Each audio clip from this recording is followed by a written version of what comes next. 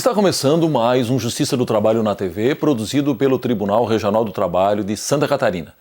No Congresso Nacional, tramitam centenas de projetos com o objetivo de modernizar a legislação que regulamenta os processos licitatórios no Brasil.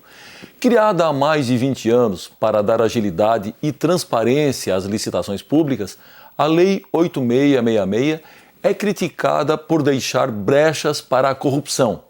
Sobre esse assunto, vamos conversar com a assessora jurídica da presidência do Tribunal Regional do Trabalho de Santa Catarina, Ana Paula Volpato Wronski. Muito bem, Ana Paula, muito obrigado por ter aceitado o nosso convite e voltar ao nosso programa para falar sobre esse tema agora, um tema em debate no Congresso Nacional. Você está em casa. Muito obrigada, Vanderlei. Eu agradeço de novo. Acho que é um bom momento para nós discutirmos e debatermos esse assunto, que de fato está quase na ordem do dia do Congresso. Então, vamos a ele. Muito bem, a Lei de Licitações e Contratos regulamenta o inciso 21 do artigo 37 da nossa Constituição Federal e institui normas para licitações e contratos da administração pública, assegurando aí igualdade de condições para todos os concorrentes. Ana Paula, como é que você avalia a efetividade da legislação que nós temos hoje? Eu acho que uma crítica pode ser feita à Lei 8666. Em alguns aspectos ela pode ser considerada obsoleta. Quando ela foi concebida, a gente tem que lembrar que era 1993. Ela foi concebida um pouco antes. A gente não tinha a urgência que o mundo tem hoje, principalmente no século XXI. A lei foi basicamente concebida para compras e para obras. As contratações eram, em essência, obras. A gente não tinha a terceirização como um hábito, não havia contratações de tecnologia da informação, que são altamente complexas, e não havia nenhuma demanda tão acentuada e nenhuma organização tão forte do mercado em torno das licitações. Hoje, as licitações públicas no Brasil movimentam cerca de 20% do PIB e há toda uma estrutura privada organizada para o mercado de licitações. E a lei ainda não acompanha isso. Mas, em linhas gerais, ela nos oferece elementos suficientes para lidar com a realidade de hoje. Sem criticar os projetos vindouros, e acho que eles são muito bem-vindos, a lei nos dá ferramentas, e as ferramentas que a lei não nos dá, o Tribunal de Contas da União e alguns tribunais de contas estaduais nos fornecem através dos seus acórdãos e decisões. Eu chamo isso de ferramentas de integração e atualização da lei. E a gente tem muitas ferramentas para lidar com as licitações hoje, como elas se apresentam hoje. Bom, Ana Paula, há quem diga, e não são poucos, que a culpa da aquisição pela administração pública de produtos de qualidade inferior ou mesmo com defeito é justamente da legislação. Você concorda?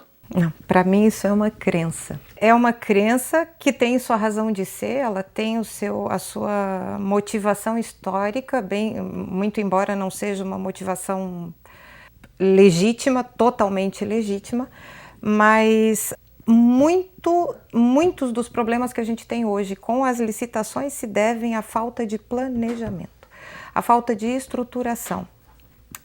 Existe um discurso de que a lei obriga o administrador a só comprar o que é mais barato. Nem sempre. A lei nos impõe a compra ou a contratação da proposta mais vantajosa. E por vantagem, entenda-se a mais barata dentre aquelas que atendem à necessidade do administrador. Se o administrador precisa de um equipamento X, ele não precisa comprar o Y porque o Y custa 5 vezes menos que o X.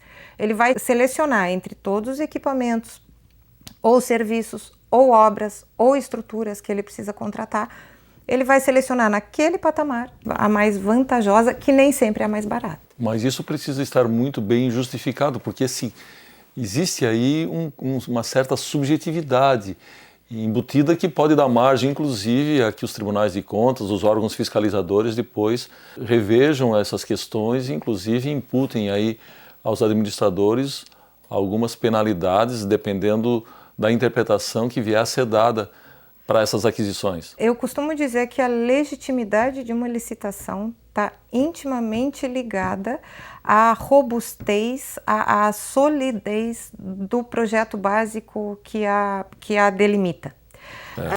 O administrador vai fazer as escolhas para atender a sua demanda, para atender às suas necessidades, e ele vai justificar essas escolhas. Ele vai planejar, ele vai demonstrar a necessidade e ele vai justificar as escolhas. Justificadas as escolhas, solidamente justificadas as escolhas, verificado o preço adequado da opção que ele está escolhendo contratar ou adquirir, verificada a harmonia constatada, comprovada, a harmonia entre esse preço e o preço de mercado, o preço médio e usual no mercado, o administrador não tem o que temer.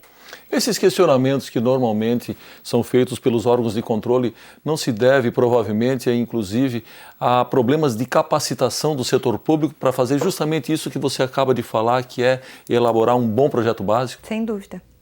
O que aconteceu nesses últimos 20 anos de vida da Lei 8666 é que o setor privado se preparou para lidar com a administração pública. E a administração pública não conseguiu acompanhar essa preparação. E justo por conta da crença de que a administração pública é obrigada a comprar o mais barato, de que a administração pública não fiscaliza, de que a administração pública se satisfaz com qualquer coisa, infelizmente, há muitas empresas, há muitos negociantes no setor privado que se aproveitam disso para empurrar produtos de baixa qualidade. Exemplo disso, a gente tem agora os tênis comprados pelo município de São Paulo para as crianças que estudam na rede pública. Muito provavelmente, eu não vou me atrever a julgar essa situação, eu não conheço o processo, mas muito provavelmente houve uma falha de projeto que permitiu a entrada de uma empresa mal intencionada nessa contratação. Ana Paula, eu preciso chamar o nosso primeiro intervalo, nós voltamos em seguida.